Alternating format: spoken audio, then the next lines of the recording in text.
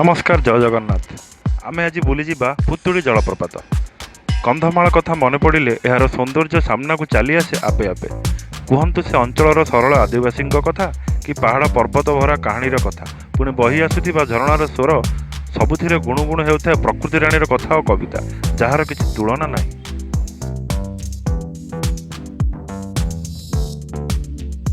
फुलबाणी ठारू मात्र 15 किलोमीटर दूर अवस्थित यह पुतुड़ी जलप्रपात मात्र यही 15 किलोमीटर जावाकू 1 घंटा किंबा ताठू अधिक समय लगी था, कारण अंका बंका रास्ता और घाटी चढ़ा पड़ी था। झरणा देखा जी सुंदर से विपदपूर्ण ए रास्ता। प्रतिवर्ष वर्षा दिने यही रास्ता धोई हो जाए, पुणी पर्यटन विभाग तरफ प्रतिवर्ष मरामती कराए। तेणु आपण मैंने प्रस्तुत रुहतु चली चली जावाई, कारण रास्ता केउटी खराब थी कही हेब ना।